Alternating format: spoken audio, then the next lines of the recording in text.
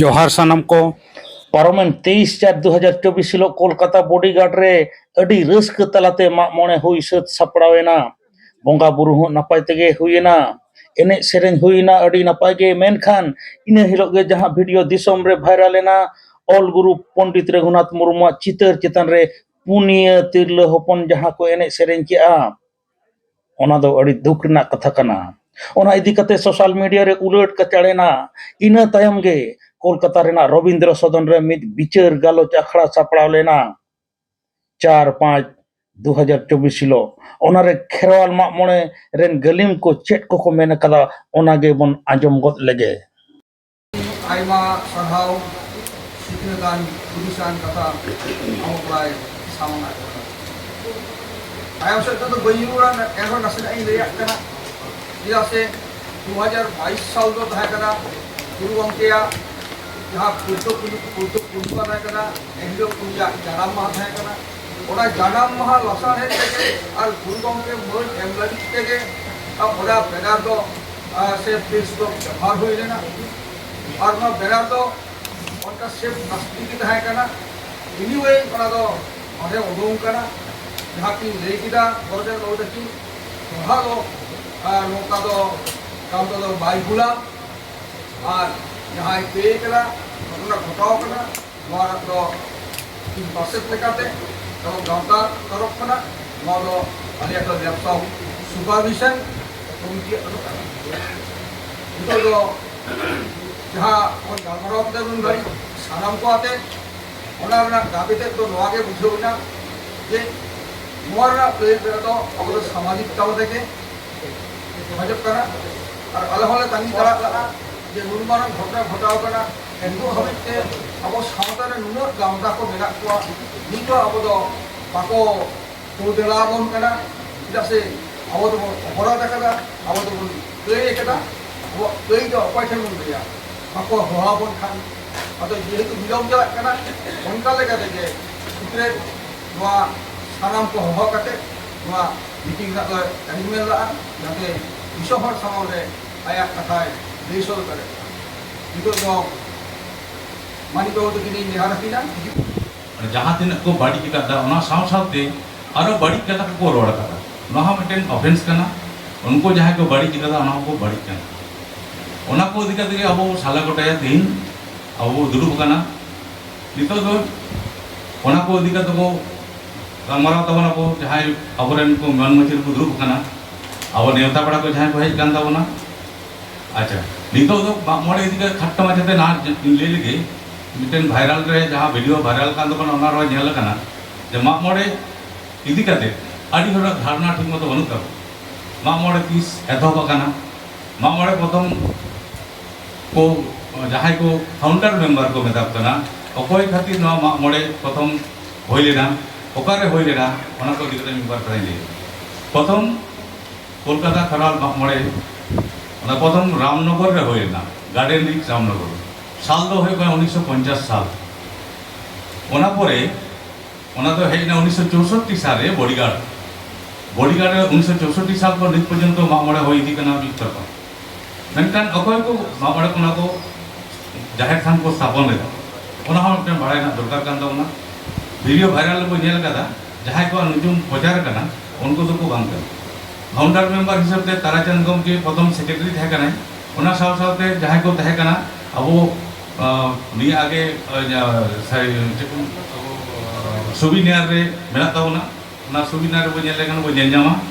ओना साथे मामोड़ ना फेरात खाता मिटन कोलकाता खराल मामोड़े गावता पाटा कोन मुचल लेना विजय कृष्ण सोरेन गमके ओना तो सापड़ाव कते हड़ोकले तबना तो न को नेल लेखान मामोड़े ना आडिगान को बड़ाई दाड़ेगा मामोड़े तो उन दिन खन जे न मामोड़े चिरका को सापड़ाव होइदा जे अखय को गड़ सपथ ते ओना को निश्चय हयतो आडी हड़ के बांगो बड़े उन दिन खन नितो 75 बछर धरे जे मामोड़े को सापड़ाव दाड़िया कना गड़ सपथ मेना तबना पुलिसा आडिगान गड़ सपथ मेना ओना साथे पुलिस पर्सन जहाँ ते लहाते को तहे कना नितो दो बनु को नितो दो सिविलियन को दमे गड़ सपोर्ट मेना ओना को खातिर नितो संभव होयो कना मागमोड़े ओना साथे मागमोड़े रे आड़ी किछु जेलो कना बाइरे खन को लय ताबना जे मागमोड़े दो विकृति कना ठीक मतो बांग को करावदा ओना बांग को लक्ष्य दाड़िया कना नोकना कथा को रगाब कना ओना को इदी काते आरो अब मागमोड़े कमिटी रेन मेना को उनको पार्ट बाय पार्ट को लय बन मागमोड़े कल्चर इदी काते जहाँ क्वेश्चन रगाब कना जे नितो दो कल्चर दो शुधु अब संस्कृति बागी काते ट्रेडिशनल बागी काते नितो दो मॉडर्न सिंह तो वो चला कना को ना तो सावतार ना अब बड़ी डहर कन तो नोका आड़ी हड़ धारण कर आड़ी हड़ को लेदा मागमोड़े कमिटी दो शुधु मागमोड़े के होयो कना एटा कमी तो बाको कराओ ना टेन क्वेश्चन कना मागमोड़े जहाँ वायरल कना नोआ रे को लेदा बांग मागमोड़े कमिटी हाँ गड़ो सपोर्ट मेना तकवा नुको ठीक मत बांग को परिचय दाड़ी कादा बांग को लक्ष्य को ओना खातिर नुकना ओटा भूल होई गया ना टेन क्वेश्चन कना एरपर जहाँ को भूल को होयो कना भूल ना आंसर ना को जतो को जामा मेना को लई को पार्ट बाय पार्ट कल्चर दिकते मी हर लई तबना नितो सोशल वायरल दिकते जहाँ होई कना ओना होई आंजमा को हा ओना साथे मागमोड़े शुधु जे मागमोड़े होयो कना मागमोड़े साथे आरो चित को कमीदा ओना को आंजमा आड़ीगान सोशल मीडिया रे नोदा तिने मागमोड़े कमिटी कमी है आड़ीगान होयतो नॉलेज रे बनु तबना बांगो बाड़ाय नोआ को इदी काते जतो किछु हा ले लेया जे ठीक ठीक जिनिस मागमोड़े उन दिन धरे सपड़ा हुई दाय चित काते तिने कष्ट काते ओना दो किंतु नित पर्यंत कोय हो लई कदा नासिना होयतो कोनो कारण पर तो भूल कना सुधरो परे बारे जनो का भूल बांग होयमा ओना दिके तहा को नजर दो होय तबन ओना को जतो को गालोचा विशेष कायते अब नितो भाइरल जहाँ होई कना ओना तिरले हबन जहाँ शुधु उनको कोन हर जहाँ को एने दिकदा उनको शुधु दो ओना साव सावते अब तिरले हबन जहाँ तिना दिसम रे मेना को जतो को नको को अपमान का नोकना भाषा को यूज कर नोडे आबरन आईनजीबी मेनाया उनी बुझ दड़े लैया तबनाय जे चिट ऑफेंस को कराव कर नको मको कराव कर ओना साथे चिट ऑफेंस होई हां नो हाउ टेन ऑफेंस कर मेनका नो को दिके जे को करा तबना नो तो रोड उचित कर तबना जहाँ की मागमोड़े नेस पारो बेना आरो मागमोड़े इदी अबो आरो नंका हो नेल कना भाइरल रे नेल दा बांग मागमोड़े जाते बंदो मा नोआ दिकते विभिन्न जगह रे वो दारस्ता ओना हो मेनकान साबो दो गठनमूलक मिटे चिंता भावना आबो एचिलेका रे आबो समाज रे कोलकाता लेकान जायगा रे मिटेन ऐतिह्यपूर्ण जाहेर थान का दबना मागमोड़े कना बो ओना दोहो लगिते आबो बांग दिके काते ना चिका तो उडु ओना बो चिंते ना तो इने दी मने चिंता भावना आबो चिंता ताबन पे ओना खातिर के जदो हले हो का पेया नोंकाना कदा जे मागमोड़े कमिटी ऑफेंस दाको ओना खातिर मागमोड़े को बंदो बांग मागमोड़े को चेंज को ओना ते सिस्टम मेना नुई सेक्रेटरी प्रेसिडेंट जहाय मेना को कल्चर सेक्रेटरी मेना को जदी उनको बांग को ठीक मतो परिचय दे कना उनको मो चेंज को किंतु मागमोड़े जाहेर तान मागमोड़े को बंदया नोआ तो मना जोग दो बांग कना आडी किछु गलमराव तना मेना तबना गलमराव आदो विशेष किछु तो बइन लेता बना ते मागमोड़े ना दिसे दो होय तबना अबो मागमोड़े ना दा ऐतिह्य का तबना कोलकाता रे कान जायगा रे नुन दिन दो जखन मागमोड़े कानाबो ओना दो दोहना अबं दायित्व अबो समाज ना दायित्व बं कर्तव्य कान तबना प्रत्येक हड़ा ओना गे इन नेहर ओना को लई काते अबो मनमाची रे जहाँ को दुरुब कना सामने रे जहाँ को दुरुब कना सानाम को जोहार काते इन्या बतो खाटो माछा बक्तव्य बंद उनका लेका के कोलकाता खेरवाल मागमोड़े हो सपड़ा हुआ अब जहाँ आदो दिसम रेना अनअरी चले मेना तबना माहा रे जहाँ दलक को नेहब काते बोंगा रूम डाकाव काते छोड़ छोड़ा को गाना गाना से बांग गाना कना दाई को इन्या ठीक चक मेना को से बांग नोना को कुली बुझो लेकाते जहाँ उना का हिलो को ओहे ना ओहे हो तबना ओना साथे नोडे सर्दी माहा हिलो नायके राचा खन नायके आगु काते जाहेर थान रे बोंगा बुरु आरो तारासिं नायके राचारे इदी हतो नवा को सनामा आरिचाली मानाव कते के बंगा बुरु होई कना नी धाबी तबे सेदाय दो जहां बाबा तक को तहां कना उनको दो कोलकाता पुलिस रे जेहेतु आदि बाड़ती को तहां कन तबना बॉडीगार्ड रे आदि बाड़ती पुलिस को तहां कना ओना हिसाब ते आको गे आदि गाकुड़न को हमको तहां कन तबना नवा मामोड़े रेना सेरेंग से मामोड़े रेना जहां कहानी को बिनती को आको गे तो करा तहां मेनखान उना आदि तो जेहेतु आले बाले बड़ाया बाले सेना कदा ओना लेकाते दिसम खन उनका गुरु बोले आगू कोआ जहाँ को महा खन सर्दी महा नवा आखा को साथी सभाय ताबो तो नेस उनका के अब ये आदि परिचित के जहाँ लबा मुर्मू बन बड़ाया उन्हीं को नागुले दिया ओना मारांग हो धर्म गुरु जहाँ धर्म बसिया बन मेताया कना समय किसको गंगे उन्हीं को नागुल का दिया ओना मारांग आरहों के जहाँ को गुआ पहाड़ी को नपो नागुल का कोआ से मामोड़े एने सेरें इदी काते मामोड़े बिनती इदी काते जहाँ को गाकुड़न को मेना को आतु दिसम को नागु काते के ओना काते साथी सभाया तो नितो हिजुक कना बोंगा पाठ में गाना जाहिर सोड़े को हो उनका के इसिम हुआ जहाँ नियम नेमाचार काते नायके जम न्यू हचो से नवा टुकु जे इसिम नवा को नेमाचार को तो झोटो के दबाय ताहेले और नितो होले दवा होले किया नितो हिजुक कना कल्चरल प्रोग्राम दो ओना तो सिंगल बड़ा हुआ ओना दो सिंगल छोटा को नेहबोआ मिले के होय ताहेना पाहिल दो आपराम को जहाँ को सपड़ाव लेदा ओना दो यात्रा को सपड़ाव ताहेकन अब नुतु जेहेतु पुलिस पर्सन आदि को बढ़तिया आको तेगे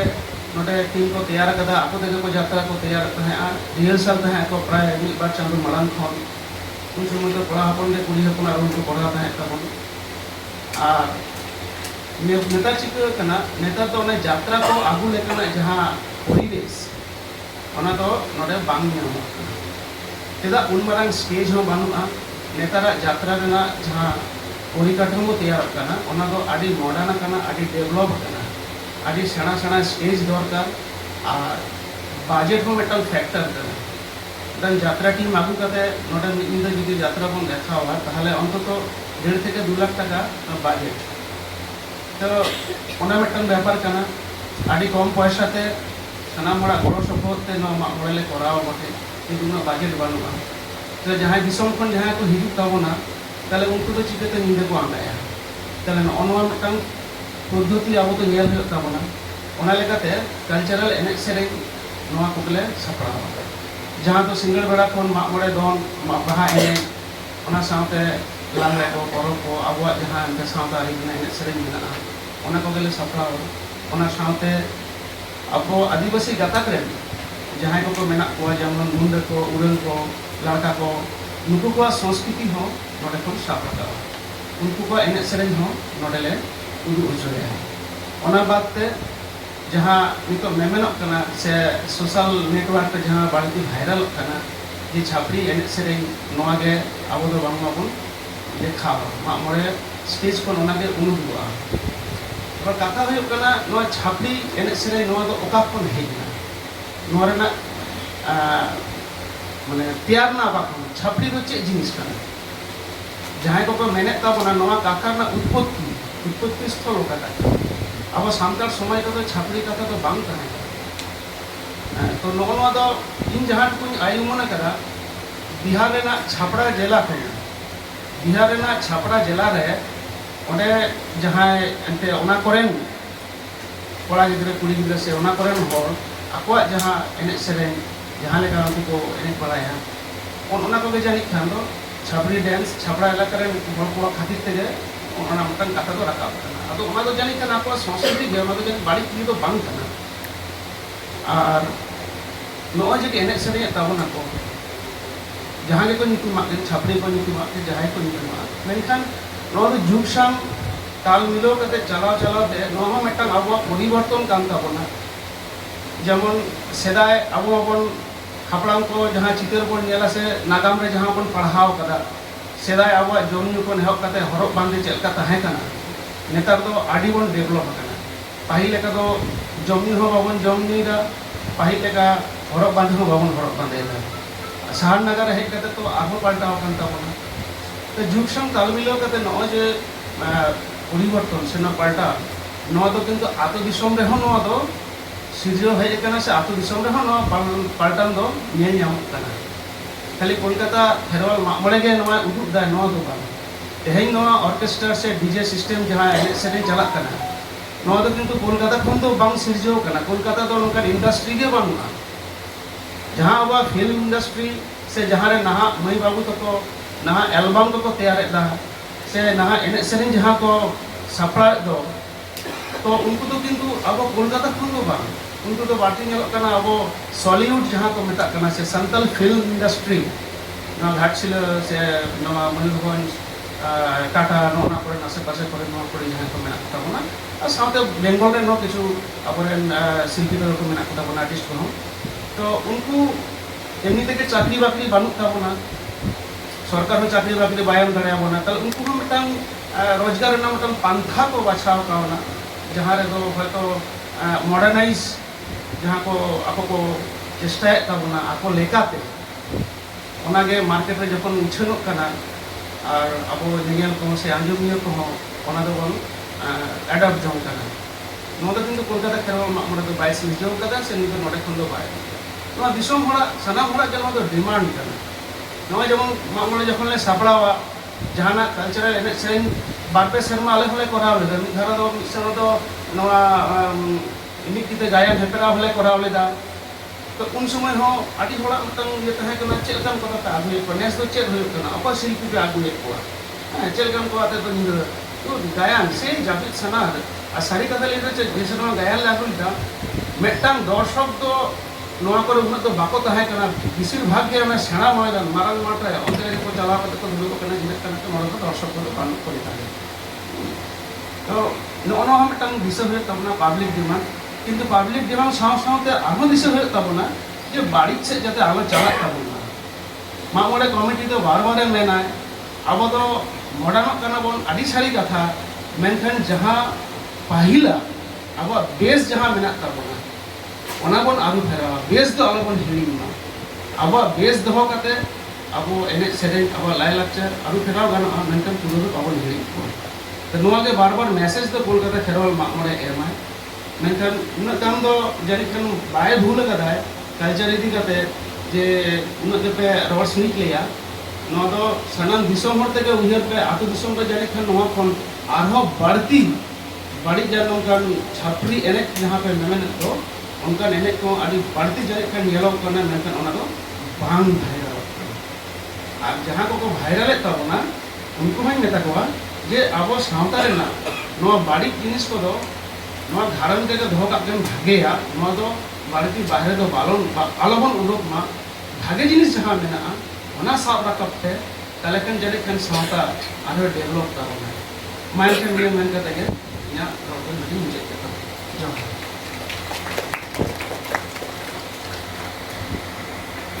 इन हिलोगा जा घटना घटाव कना तो नोआ इदी काते सोशल मीडिया रे हो आदि आमदा भाइरल हुई केना जे एमन किछु नेल हुई केना जे किछु किछु सोशल मीडिया रे को रोड का जे नोआ दो एकदम कोलकाता मागमोड़े स्टेज चेतान रे हुई केना ताले कोलकाता मागमोड़े रिन कमिटी या कुछ करा किंतु नोआ झोतोले आंजमका आज पर्यंत आले तो सोशल मीडिया रे तो कोनो रकम कमेंट बा ये तो बाले सदरका ताले आडिगान अब सोशल मीडिया रे हको नहीं का चिदा को थीरी कना ताले आबुआ समाज हो की परिवर्तन कान ताबोना अब नाला तुमल काते दिसम खन अब नते रे कोलकाता धारे पासे रे जहाई गे अब सामताड़ बन हेजे केना नाला तुमल लागे एनते रहो माझी बॉडे ताके मेना कोरा अब माझी पारदाना को मेना को ताबोना ताले की जा किछु এখন বিচার আচার যা কিছু হুইউ আবওয়া প্ল্যাটফর্ম দো কাকানা ওয়া সোশ্যাল মিডিয়া गंके आपे को थानाम को मेना ठेकेरे कना तो नोआ आपे समाज के नोआ के आलिंग हो कुटिलिंग दोहई ताले आबो सुसरिया कोई मेना बोना ताले निये खन कि जहाँ किछु आबो तिल्ले हपन को जहाँ को भूला ताले ओना विचार आचार तो आबो सोशल मीडिया प्लेटफॉर्म रे बन कुकली बन दोहया आलिन गिद्रा खन नोआ माग मोड़े कमिटी माग मोड़े ओका हुआ कोलकाता माग मोड़े तो आलिया मिटन फीलिंग्स मेरा ओना फीलिंग्स तो हुना नोआ तो आबुआ सान्ताड़ा मिटन कोलकाता लेकन जायगा रे मिटन नुन मारा मिटन सान्ताड़ा प्रोग्राम हुआ इन सान्ताड़ हिसाब ते इना गर्व इनी बुझेवा आता ये नोआ तो झतो के आबो हो इन फीलिंग्स तो हयतो चित्तो एखोनो पर्यन्त मेरा ताबन दिया इबार आलेले थीरे केना माने तरुप केना ले माने हय भूल तो बन भूल का दिया भूल का आले किंतु आबो समाज सुसरिया को कोई को मेना बन ताबोना आलिया व्यक्तिगत भाव आदि दुख रेना कथा नोआ दो आपे सामने रे लई सदरे जे मा मोड़े कमिटी रिन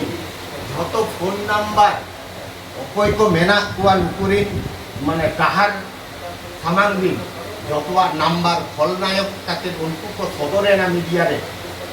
किंतु चिली हो मिटन सुसरिया हर बाको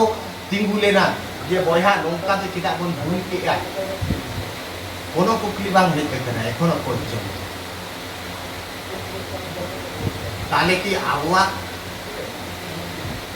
नोआ समाज कि आबो परिवर्तन सेन बन चला कना आबो नोआ गे बन ये आलिया नोआ तो आरी आमदा कुकली मेना कना जतो हर समाज रे ओले सुसरिया बन तिल्ले हपन को भूल काटे रेहो भूल का तो ओना पे एकदम 100% किंतु ओना चेतान रे जहां को कमेंट्स का ताबोना ओना को जहां को गचुलुम पे नजरा ताबोता है उनको कमेंट्स चेतान रे तो कोनो विरोधी कमेंट्स बांग हुई केना जे ओकोय को कमेंट्स का जे नोडे आबो कुली हपन सामने बानिम देई का बानिम देई दाड़े केना किंतु आलिन कुकली लिन दोहे आपे सोशल मीडिया रे कचुलुम पे नजर ताबोना ओना सोशल मीडिया रे चेक कमेंट हुई केना जाजा कमेंट हुई केना ओकोय को कमेंट्स का ओका भाषा ते को कमेंट्स का ओना कि आपो ओरा रे हो उनका के को रपोड़ा ताले लोगों को भूल का माने आबो तो ओना भूल से के बोल चला केना जुदी ओना खातिर के आबोआ समाज में ना आले तो आडी गान रसकले बुझाउ किया जुदी आबो समाज सुसरिया नुना मेना बोना जहां के आले को हो के किया जे हो का दे गुपड़ू आले जे बाबू नुआ पे भूल का एकदम 100% नुआ तो एकदम आले एकदम गॉड जोहार काते डाले बोले नुआ बोले सिकरा अदो सिकर काते खान आड़ी हर को गई का सिकर काते चेन हुई हुआ या डाक्टर या की आबो समाज आबो सांतार समाज जुदी इन पुरो मिटन हरम जुदी हुई आ ताले मिटन कातु सिया कना ताले ओना गेट बिडी रे ना चेष्टाया जे नोआ डाक्टर के चेष्टाया प्रथम तो रान मुर्गन करते चिदा बोन गेट बिडी तारपर जुदी या नोआ की खराब हो के ती हुन गेट बेगरा प्रथम पॉइंट ओना हुई दाड़े आती ताले तो आबो समाज के तो बोन आटोय ताबोना सोशल मीडिया रे এখন যা পরিস্থিতি নোয়া বুঝেও কেন আবো তো চেকবন খোঁজা নোডে কিছু আবো তো শান্তা আবহাওয়া সংস্থা সুথরিয়ে লাগি তো বাবন চিন্তাই এমন চেক ওরা তো আবো যখন আবো যত ওরা রেগে যত ভিতরে পর যত হর মিনিটেন স্মার্টফোন আছে বল তো चेक हुई केना जे इया तीन फेसबुक रे फ्रेंड तीन मेना को बाय ओकोय चेक को कमेंट से या ओना इया नेलरा दरकार बानुनी व्यूअर तीन मेना को कार नोडे हो किछु नोआ समाज सोशल मीडिया तो मिटन आबो किछु किछु प्रोफेशनल आबो सांतार तो तिगु केना जे आकवा व्यूअर आकवा बेनिफिट निश्चय में एबार सारिगे जुदि समाज सुतरियो नोआ भूमिका तो नोआ इदिकाते आको हो जहां कुपली आबो समाज सुतरियो का यूट्यूबन हॉट ट्रेंड को चला करना जे नोआ भूल करना भूल रे चेक साजा में कुपली हो उनका जे प्रोफेशनल छाड़ा तो जे नोबां करना जहां चलाव काते उनको हो मा मोरे कमिटी टेन काते को कुपली बाको दखल जे बयहा नोआ जे ठीक फिक्स पे उनको लई गेला दिसम रेना बिचार व्यवस्था में ना अभी पक्ष तो बांग हुई दाड़ेगा ताले सोशल मीडिया रे चेक हुई कना मिड हरे भूल का हाजा हरे घटना हुई कना ताले नोआ की आबो सांतार समाज माझी पारगाना मेना कोना आबोरिन माझी गोडे कोता कोना नोआ कोन हो कि आबो बाबन साहा कना नोआ को आली तिगुली दहाई कोन आबो ओका जायगा रे बन तिगु कना ओना जे आली लेके आले आतुरिन कोरा झतो हड़गे को बाड़ाया जे कोलकाता पुलिस रे आलिम मेना निया एवं कोलकाता मोड़े कमिटी साला आलिम हो मेना निया किंतु उनको चेक को ले गया ओना आलिया ग्रुप रे ओना को वायरल তাহলে উনका প্রথম উচিত চেক তাহে কেন তাকো যে ইয়া সারি के नोका घटना घटाओ केना যে ওরে তো নুই মেনাই তাবো পুলিশ জমাবো ওয়া তো চিনি হবা তো ওনা সাউকে को नुतुन दो बानी लई किंतु केचुलो आलिंदी ओनाली माने साडे आजो मागन कना चेक को सोशल मीडिया रे बोन एम काते जहां जहां के माने कंट्रोल अब समाज सोशल मीडिया रे ना तो कोनो जुडिक्शन बनबनी कोनो समाधान के बात नहीं जाने